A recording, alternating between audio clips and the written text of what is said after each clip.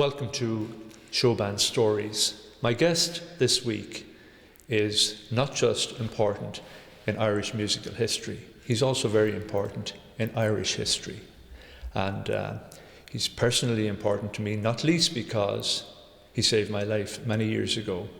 Desley, you're very welcome. Thank you, Steve. It's great to be here. We're here, Des. We're older, wiser, and perhaps a little wider. That's for sure. But we go back to the very beginning, Des. Mm-hmm. You come from a musical family in Belfast, don't you? Correct, yes. My father was a saxophonist, classical guitarist, clarinet player. He was an incredible man, very, very talented. And that's where basically got me into the whole music industry from a very young age, because we had pianos in the house, we had banjos, we had all types of musical equipment in the house, and that's how it came about.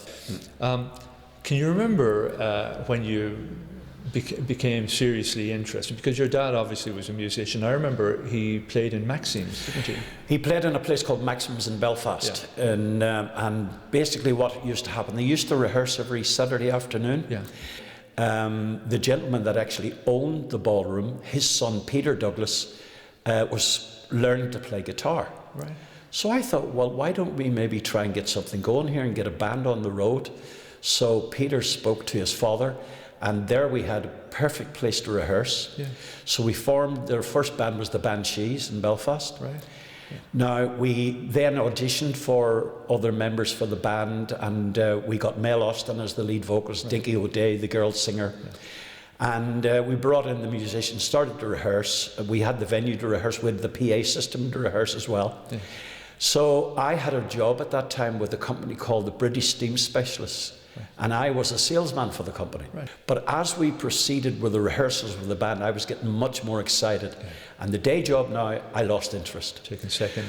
So what happened was, we got the band together, we started serious rehearsals. Yeah. We got a recording contract, we got a manager. Right. And the next thing is we got a deal to go to the UK. Right. We actually went to EMI recording studios in London, right. And we recorded a song called I Got a Woman, which is an old Ray Charles classic. Right. Yeah. Now that became our single, and then we got on to shows like Ready Steady Go in the UK, Top of the Pops. Yeah. We did Ready Steady Go with Van Morrison. Right. At that time he had Here Comes the Night. Yeah. And then we were on Top of the Pops with Sandy Shaw and Our Bare Feet, I remember that. Right. Then we got a tour all over the UK and the universities, yeah. And we thought we were stars, big bus, yeah. Meals paid for, we were treated like kings. What year was that? That would have been 1964. Yeah, about 1964. Yeah. Now, as I say, we travelled all over the UK, did several radio stations, several TV shows, but at the end of it, it didn't happen. Now, the Regal approached me when I was a member of the band, resident band, and asked me would I like to come to Cork to join their band. Right. So I went down to Cork. A long way, Des. A long way. You may as well have been going to Australia. I might as well. When you went to Cork, what band you were? Is the Regal? The first one was the Regal, and then we split.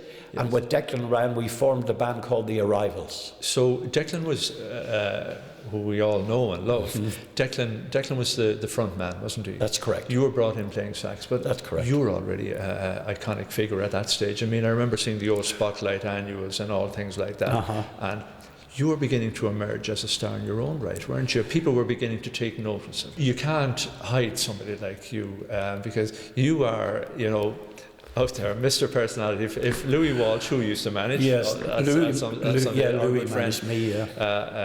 If he's ever looking for the X Factor, I mean, you had it coming out your ears, And so you came to the notice of a certain company that in Dublin, in Parnell Square, and a big split had happened, That's and correct. it was news. It was front page news all over Ireland. That's because right. the Miami Showband had decided to split.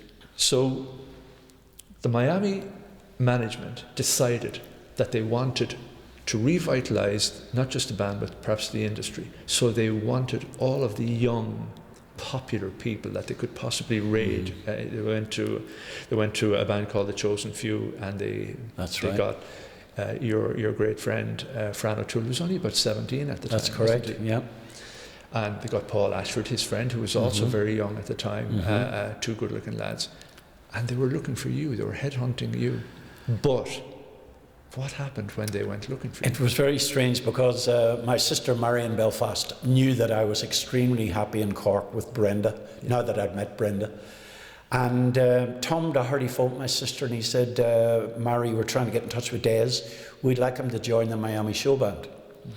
And my sister said to Tom, I don't think Des would like that because he's madly in love with his good lady down in Cork, Brenda, and he's happy in the band that he's in. Yeah. And she phoned me to tell me this, and I hit the roof because I said, oh my God, why did you do that? I actually would love to be in that band. Yeah. And so I went and discussed it with Brenda and told her what Mary had said. And I phoned Tom. Now, Tom happened to be out at Mass at the time, so I didn't get him. Yeah. So I was determined to sit on the phone the whole day, and eventually I did get him, and he told me, Des, I'm sorry, but we've actually got somebody for your position in the Miami Showband, and my heart dropped. Yeah. But I was quite upset about it. I'll never forget, it was a Sunday. And on Monday morning, my phone rang, and it was Tom Doherty. Would you still like the job in the Miami? And I said, what a question. Yeah. When do you want me there? Yeah. And that was it. And that was it. Yep. That was the start of an amazing adventure. Yeah. Well, this was, at that time, probably the biggest band in Ireland, and there was several guys would have given the right arm just to be in that band. So I was thrilled, and that was Monday morning, got the phone call from Tom to say I'd got the job. Yeah. Next thing up to Dublin for rehearsals in the Palm Beach Hotel in Portmarnock. Right. And I felt like I was a king. There was this big bus outside with the palms all over it. Yeah. You go into the bus and there was a wardrobe, walk-in wardrobe and everything in there. You could rehearse on the bus. They had a tape deck that ran off the battery so we could rehearse. I felt this is paradise. Yeah. And the band was great. I mean, the musicians, Fran O'Toole, what a great singer. Paul Ashford, brilliant bass player and a great guy to work with. We were all brothers, basically. It was fantastic. Absolutely Fran fantastic. Was beginning to emerge as a real favourite, wasn't he? I mean, he was the baby face guy, but he was an incredible talent. To me, he's probably one of the greatest singers I feel that ever came out of this country. Yeah. He had talent. He was oozing with talent. And Fran and I got together as songwriters, and we decided, let's get together and start writing some songs, which we did. And we used to spend a lot of time in his mother's house out in Bray, County Wicklow. And his mother was a wonderful woman. She used to bake tarts for us and cakes and all sorts of things when we were writing our songs. Yeah. And we wrote songs that became #1, Love Is, which became #1 for Fran. Yes. And that's one of my all-time favourite songs. Yeah. And there was another split. Dickie Rock decided to go, for whatever reason, right. He decided he wanted to do his own thing. And that basically was the time they decided, now let's make the move and make Fran the lead singer, which they did. Des, perhaps the one song that's most associated with Fran is a song that you wrote with Fran called Love Is. That's correct, my all-time favourite song. Well, maybe we can convince you to sing it. Stephen, we would like you to join us on bass guitar with Fran's #1, Love Is. For old time's sake. For old time's sake. Let's do it, Des. Let's do it.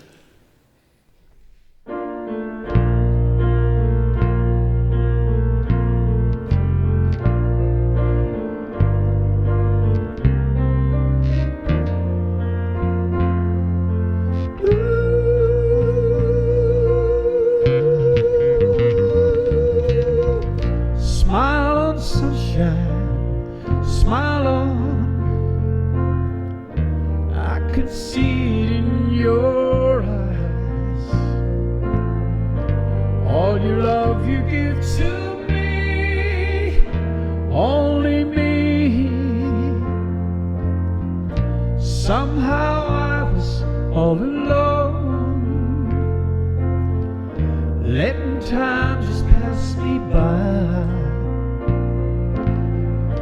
Then I saw your smiling face, smiling face. Love is warm, love is free, love is deep inside of me. Heaven knows how it grows with every new day.